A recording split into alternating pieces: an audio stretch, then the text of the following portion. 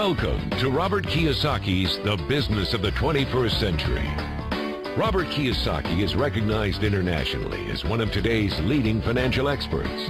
The author of the best-selling Rich Dad, Poor Dad, his books have been translated into 51 languages in 109 countries and sold more than 28 million copies worldwide. Robert has spent his life educating people on how to attain financial freedom. Now, through this special video presentation, he explains why network marketing is indeed the business of the 21st century and how you can take advantage of its opportunities to create the life you desire. Hello, I'm Robert Kiyosaki. I'm the author of this book, Rich Dad, Poor Dad. I want to welcome you to the business of the 21st century. For those of you who may not be familiar with this book, it was published in 1997. It was a self-published book, and it went all around the world, and in 2000 it made the New York Times bestseller list. It was the only self-published book that made it. And at the same time, a woman named Oprah Winfrey called, and I went on her show to talk about Rich Dad, Poor Dad, and voila, suddenly I was a famous individual. So today this book has now sold approximately 25 million copies in 100 different countries and 50 different languages. So today, Rich Dad, Poor Dad is the #1 personal finance book ever written. So Rich Dad, Poor Dad is a very simple story of my two dads. My real dad was the head of education for the state of Hawaii. Great guy, PhD, like I said, head of education, smart guy, but he also ran for lieutenant governor of the state of Hawaii as a Republican.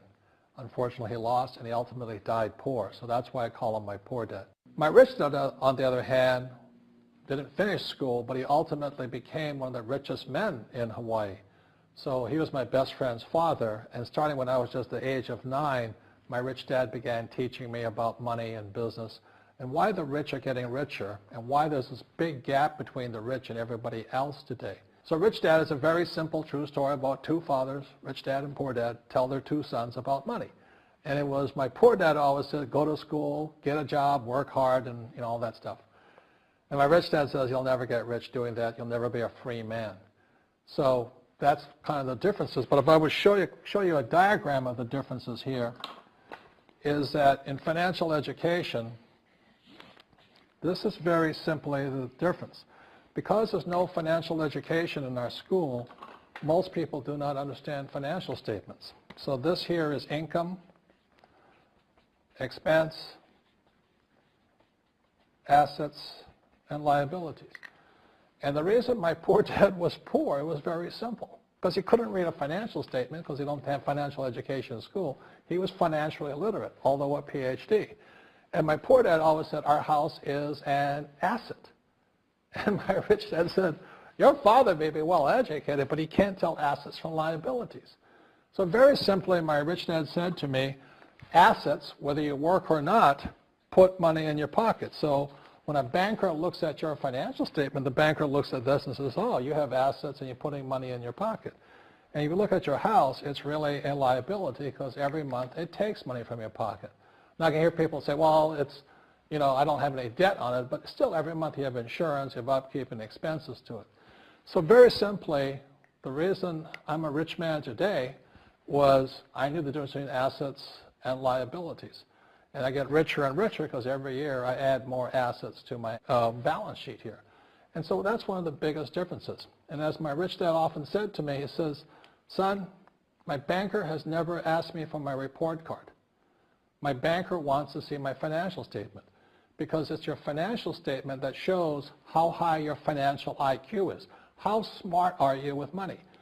If you're very smart with money, the banker will give you as much money as you want because you know how to make money with money. If you're not very smart about money, all the banker will give you is a credit card and a home loan. So those are some of the differences between my rich dad and my poor dad. And if you stay tuned, you'll find out how you too can create assets instead of liabilities. Because if you're going to survive in the 21st century, you need more assets than liabilities. The next thing I want to cover with you is one of the most important lessons my rich dad gave me, and it was called the cash flow quadrant. And what my rich dad explained to me is that there's 4 people in business. One are E's, employees. S stands for small business, self-employed, or specialist. B stands for big business, and I stands for investor. And the thing of note here is that most people who go to school are programmed for the E and the S side. For example, it was my poor dad who always said to me, son, go to school so you can get a nice, safe, secure job. And so my poor dad wanted me to be an employee. And since the time I was a kid, get a safe, secure job, steady paycheck, and benefits. Okay? I didn't want to be an employee. And I said, Mom and Dad, I want to be a rich man. And I fight with my dad. So my mother finally said, son, if you want to be rich, my mother was a registered nurse. And she said, if you want to be rich, the richest people I know are doctors. So my mom wanted me to come over here, be a specialist or a small business person. I said, there's only one problem with that, Mom. Doctors are really smart. And she says, you got a good point there. I'm not going to be a doctor. So I went to school. I have a Bachelor of Science degree. I can drive ships and I can fly planes. I flew for the Marine Corps. But I've never used any of that education because I wanted to become a business owner. So it was my rich dad who basically said to me, become a business owner and learn to be a professional investor. So one of the big differences here between these people is that it's called taxes. See, in 1943, in the U.S., the federal government passed a law that said employees had to pay tax before they got paid. So when you get your paycheck from your employer, you open it up, and voila, the government's always taken a sizable chunk of it. And the harder you work and the more money you make, the more money they take from you.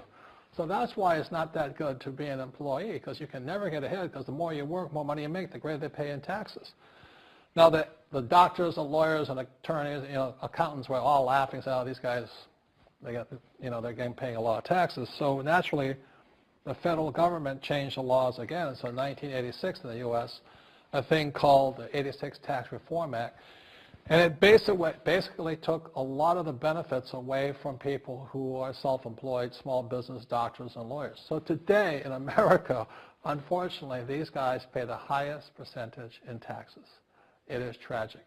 And a lot of people think they're investors, but what they're really doing is they're just giving their money to people like mutual funds, companies, and all that. So they're investing, but they're not really investors. See, the big tax breaks are on this side. The laws are pretty tight here, but this area is very, very gray. So by being a business owner on the right-hand side of the quadrant, you can make a lot more money and pay a smaller percentage of taxes legally. And the key word is legally. In the investor quadrant, it is possible to make millions of dollars and pay 0% taxes legally. But you've got to know the difference. So one of the beauties of business for the 21st century is it allows people to make the transition from the E and the S side to the B side especially. And so you can become a big business owner. And the difference between an S and a B, small business and big business, is most of these guys can't quit working. Most small business owners, if they stop working for more than a month, the business collapses. They don't really have a business. Most of these people own a job. So the beauty of business for the 21st century is it allows these people to make the transition to the B side so that you don't have to keep working hard for money, and the money can actually come in passively. Then once you have your business up and running, then I always recommend you then begin investing with your excess cash, paying less and less in taxes. And that's the reason the rich are getting richer. In this section, I want to talk to you about a different kind of quadrant. Years ago, I found out there was 4 kinds of people in the world. One type are people who must be right. These people know all the right answers. They went to school. They know everything. You can't tell them anything. This is not a good business for them because their minds are too set. Another kind of person is a person who must be comfortable. The house could be on fire, but they're still watching TV, eating a hot dog, watching what's going on in the world. These people are toast because the world economy is not coming back. The world economy has moved on. And people who need to be comfortable will probably be left behind. So the people who need to be comfortable, you probably shouldn't talk to them because you only make them uncomfortable. And they're probably not going to make the move because number one priority is being comfortable. Another kind of person is a person who must be liked. They want to please everybody. this is probably not the business for them either, because they want somebody else's approval. They want to be the good little boy or girl saying, I did the right thing, didn't I? You like me, don't you? And so they'll probably not be successful in the 21st century because they'll probably want to be liked by people who have to be right, and people want to be comfortable. All right, good, be comfortable. All right, you're very right. That's probably being liked. But the business for the people of the 21st century are people who must win. And that's where I am at. One of the best things I was taught in the Marine Corps and at military school, it's not how many times you get knocked down, it's how many times you stand up. When somebody knocks you back, what do? Oh, you hurt my feelings? You'll probably not be successful. The world will probably pass you by. Because as I said, the world economy is moved on. It's not coming back. So winners will win. But winning takes sacrifice. Success takes sacrifice. And these are the people who will do best in business of the 21st century. So when you're talking to people, about this business, you have to look at them and ask yourself, is this person really just going to be liked and they'll tell you what you want to hear? Or they're going to argue with you because they know all the right answers? Or they're going to get very upset with you for disturbing them? So what you're looking for in the network marketing business are people who want to win. People who know the economy has moved on. You'll find every race, gender, age, and background in network marketing. But what they really want to do is they want to win. It really is a true playing field in the world, but not for these people. These people will be left behind. Network marketing is for people who want to win because network marketing is the business model of the future. If you want the government to take care of you, then just keep doing what you want to do. It is possible for everyone to win, but the problem is you've got to commit to it. You've got to say, this is what I'm going to do. I'm going to dedicate 5 years of my life. You want to look at the leaders and say, those are the people I want to be like. Those are the kinds of people I want to hang out with. That's what you got to say to yourself. And I want to help other people do what I want to do and win in life. And that's why I support network marketing, because it really is the business for the 21st century. As an entrepreneur, I have built many businesses from scratch. And as some of you know, a lot of them crashed also. Statistics show that most new businesses fail within the first 5 years, 90% in fact. And of the 10% that survive, the remaining 10% crash in the second 5 years. So in other words, most are gone in 10 years. So I've looked at many different models, and one that stands out for me is network marketing. And the reason for that, it takes very little upfront cash. It's low overhead. You can do it part-time. It means keep your daytime job, but do this part-time. And once the business is up and running, it can generate enough income so that you can move from the left side to the right side of the quadrant. So let me tell you about my introduction to network marketing, because I had a very closed mind to it. Since I can build my own businesses, I said, why do I need a network marketing business? But about 15 years ago, I have a good friend, his name is Bill, and this guy is the best real estate investor I know. He has tons of assets in here. So I said, Bill, why did you start a network marketing business? And his answer was very simple. He says, it's my way of helping people.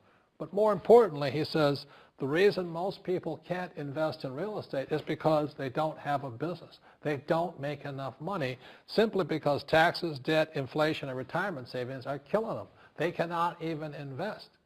So my friend Bill, who is a professional real estate entrepreneur, he says, I started a network marketing business so the people that worked with me could start their own business and then invest money with him. So with that, I realized then that network marketing wasn't about making money, but it was about helping people to help other people make money so they become financially free. So the beauty of network marketing, I said, like it's very low entry point, doesn't take much money, you can do it part-time. And where you profit is in most big corporations is they spend millions, sometimes billions of dollars in advertising. So rather than give that money to advertisers, network marketing depends on building a network. It's called word of mouth, like you recommend a movie to a best friend. So really, the reason I support network marketing, because it's not about selling. It's about people helping people build assets in the asset columns, becoming business owners, and then becoming investors, rather than going through all of this here, which most E's and S's go through.